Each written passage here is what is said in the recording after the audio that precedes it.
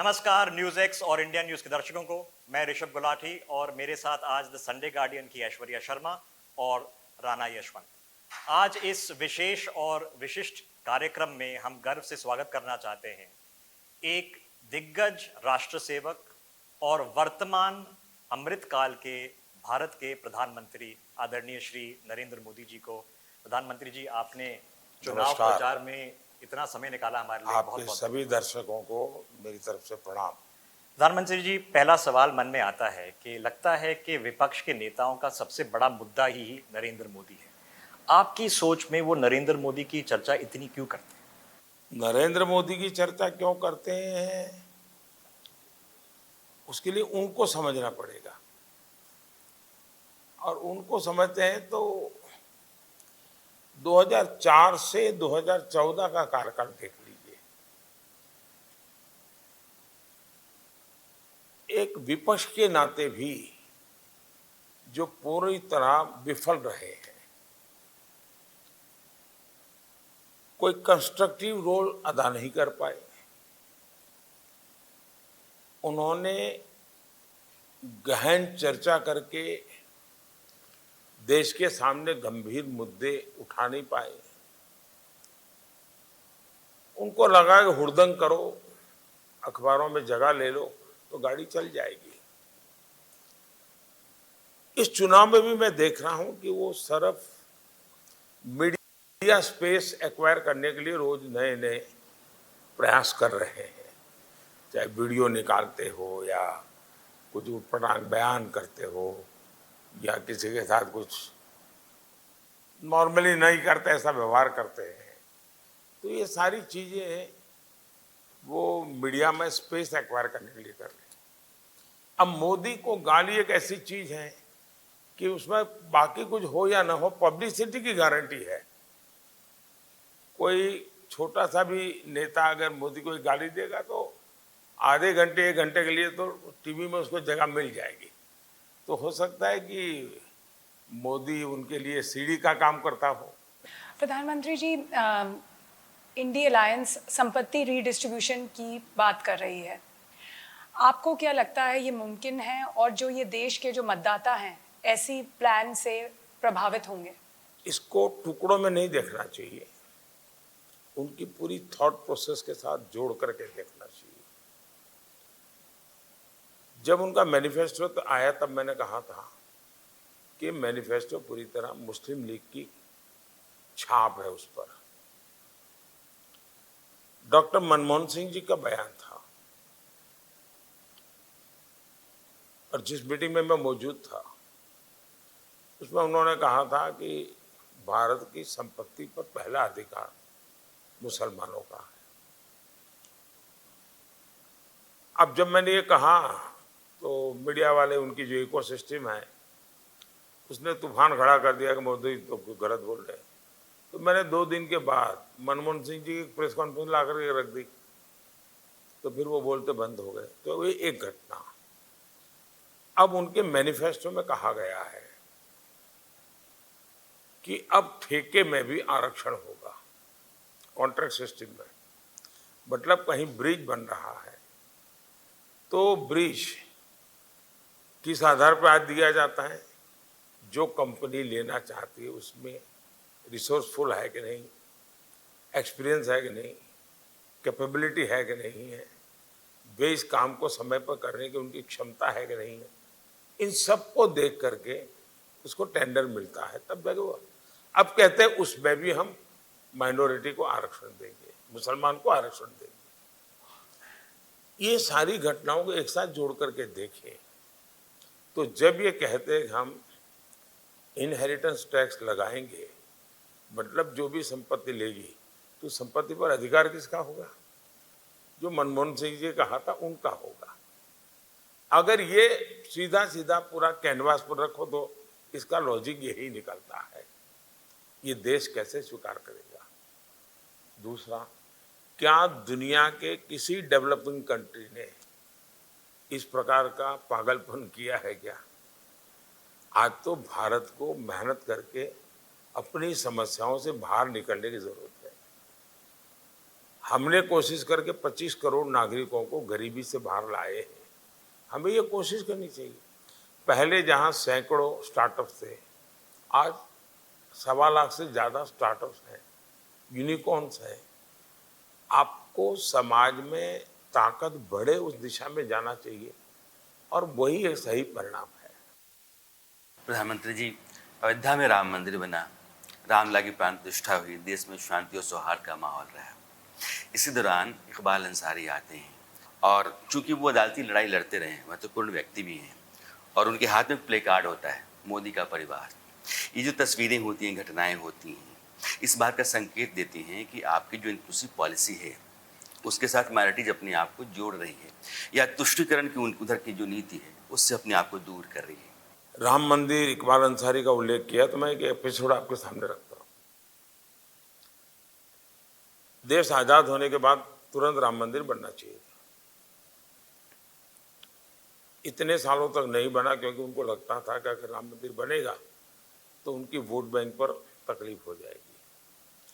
अदालत में आखिरी तक उसको रोकने के लिए भरपूर प्रयास हुआ और ये फैक्ट है कि कांग्रेस ने ही इसमें रुकावटें डाली। जी। उसके बावजूद भी राम मंदिर का जब कोर्ट का जजमेंट आ गया, सुप्रीम कोर्ट ने एक ट्रस्ट बनाया। वो ट्रस्ट के लोग बाकी पुरानी सारी बातें भूल करके कांग्रेस के लोगों को इनविटेशन देने गए। उन्होंने इस इनविटेशन को ठुकरा दिया। वे लोग इकबाल अंसारी पास के गए इनविटेशन देने के लिए। और मजा ये है कि जो जीवन भर बाबरी मस्जिद का केस लड़ा था, वो इकबाल अंसारी सुप्रीम कोर्ट के वर्डिक्ट का सम्मान करते हुए शिलान्यास में भी आए और उद्घाटन में भी आए। तो इकबाल अंसारी की जहां तक बात करते हैं इस संदर्भ में, अगर आप इसमें से सेकुलरिज्म की चर्चा करना चाहते हैं तो मेरा गंभीर आरोप है कि बहुत ही सोची समझी चाल के तहत गत 75 साल से देश में एक झूठा नैरेटिव गढ़ा गया है। हमारे जन्म से भी पहले गढ़ा गया है। कभी सरदार पटेल को उसका शिकार बनाया गया था और अब शायद चलते चलते जो भी आएगा, आज मेरी बारी है, कल कुछ दूसरे की। ये जोर जोर से सेकुलरिज्म क्यों चिल्लाते हैं? इसलिए चिल्लाते हैं कि उनको जो उनकी कम्युनल एक्टिविटी है उससे दुनिया का वो ध्यान हटाना चाहते हैं। और वो चोर इसलिए कह रहे हैं कि चोरी खुद ने की है, लेकिन चोर उधर तो लोग उधर भागेंगे। ये उनका खेल चला है। मैंने उनको सामने से ही पकड़ा है कि आप ही कम्युनल हो। भारत का संविधान आपको सांप्रदायिक तौर तरीके के लिए अनुमति नहीं देता है। और मैंने ऐसे सैकड़ों उदाहरण निकाले हैं। और जैसा मैंने अभी थोड़ी देर पहले कहा कि उन्होंने मुसलमानों को संपत्ति का कहा था, तो मैं उनको पूरी तरह एक्सपोज कर रहा हूं। लेकिन उनके जो नैरेटिव बनाने वाले हैं, वे उनकी बात को छुपा देते हैं और मेरे मुंह से मुसलमान शब्द निकला तो वो बोले कम्युनल।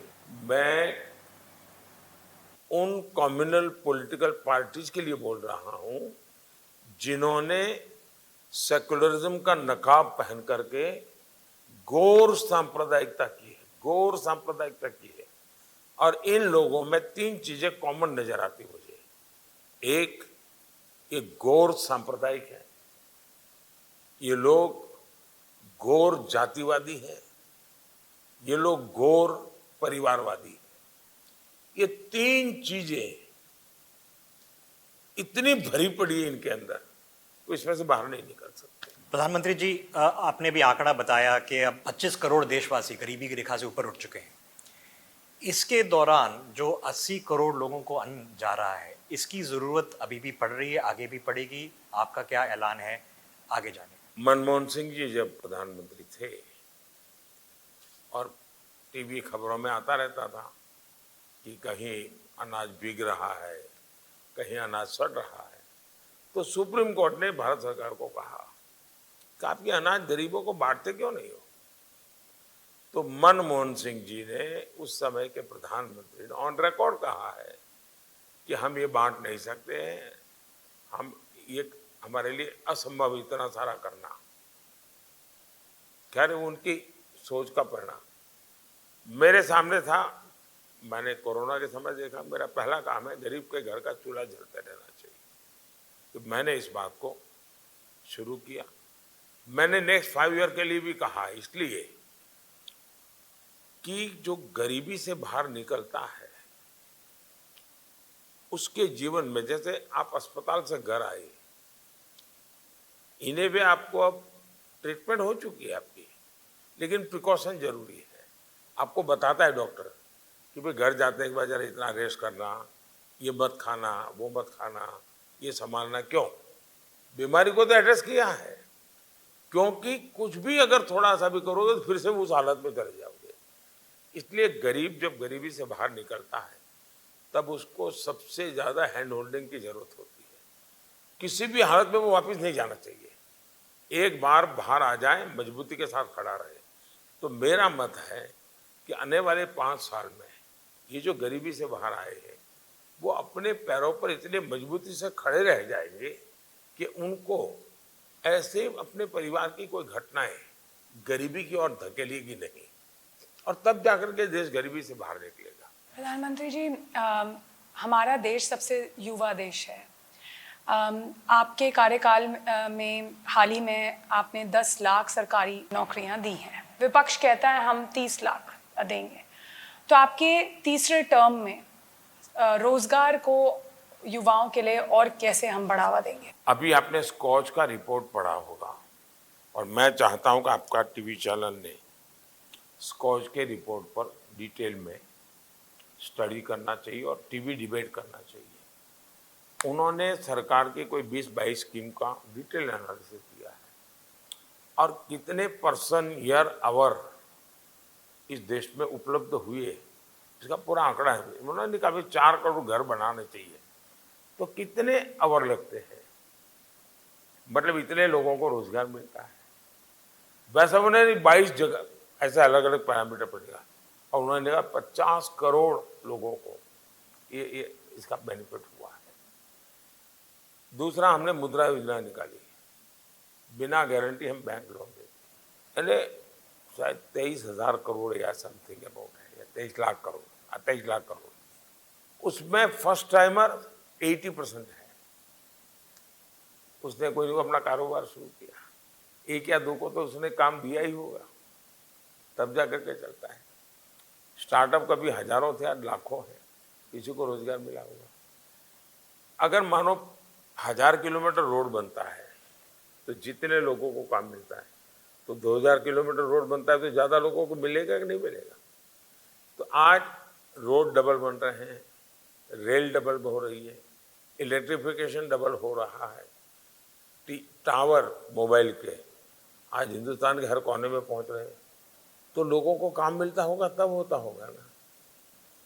और इसलिए एक भ्रम फैलाया जा रहा है, झूठ फैलाया जा रहा है, और हमें स्वरोजगार की तरफ जाना होगा। और देश में आज एक मूड बना हुआ है, देश का युवा कुछ न कुछ करने के मूड में है, और हमें उसको पूरी मदद करनी चाहिए, हमें एनकरेज करना चाहिए। हमारी मुद्रा योजना वही करती है। अब हम स्वनिधि योजना चलाते हैं, रेहड़ी पटरी वाले हैं, गरीब लोग हैं, लेकिन आज वो बैंक से पैसा ले रहे हैं, बैंक से कारोबार कर रहे हैं, और उसके कारण उनके पास बचत हो रही है। तो अब वो एक्सपांशन करने जा रहे हैं।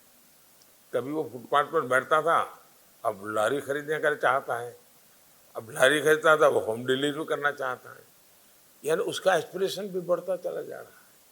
और इसलिए मैं मानता हूं कि सरकार में जितना अवकाश है वो तो है ही है, वो तो मिलेगा लाभ, लेकिन इसके अलावा भी बहुत क्षेत्रों पर भर देना चाहिए। प्रधानमंत्री जी, आपकी सरकार सबका साथ सबका विकास के सिद्धांत पर चलती है।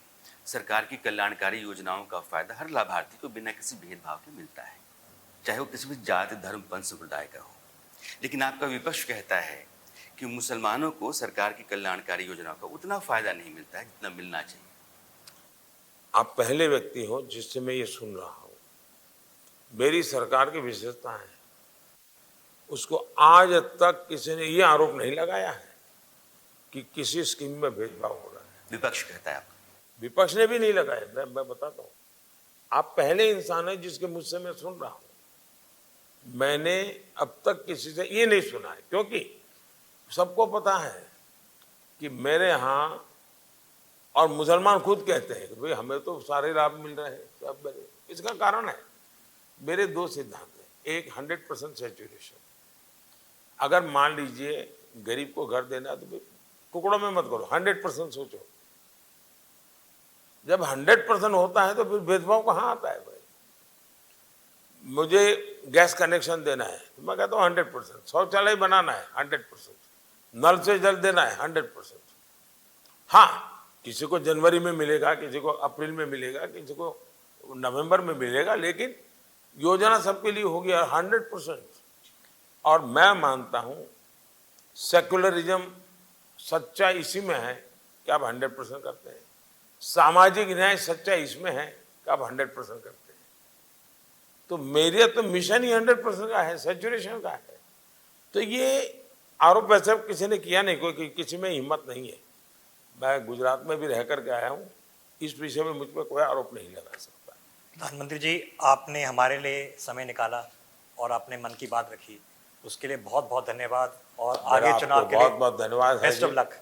भाई इतनी दौड़ धूप के बीच में भी मुझे नहीं सर, लगा आप कि लगातार भागते रहते हैं। अब ये तो आपके वश की बात है कि सुबह से लेकर रात हम लोग देखते रहते हैं। आज आपकी रैली सुबह 8 बजे हुई है, इतनी शानदार। सुबह आज मैं गया 6 बजे जगन्नाथपुरी दर्शन करने के लिए।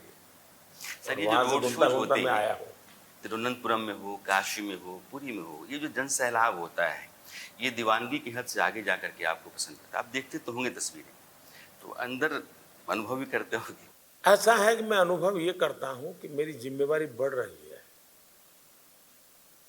और दूसरा मैं देख रहा हूँ कि चुनाव की ओनरशिप जनता जनार्दन ने ले ली है। हम पॉलिटिकल पार्टियां चुनाव नहीं लड़ रहे हैं, जनता ने ओनरशिप ले ली है इस चुनाव की, और नतीजे भी जनता की इच्छा से ही आने वाले हैं। थैंक यू भैया, बहुत बहुत धन्यवाद। बहुत बहुत धन्यवाद।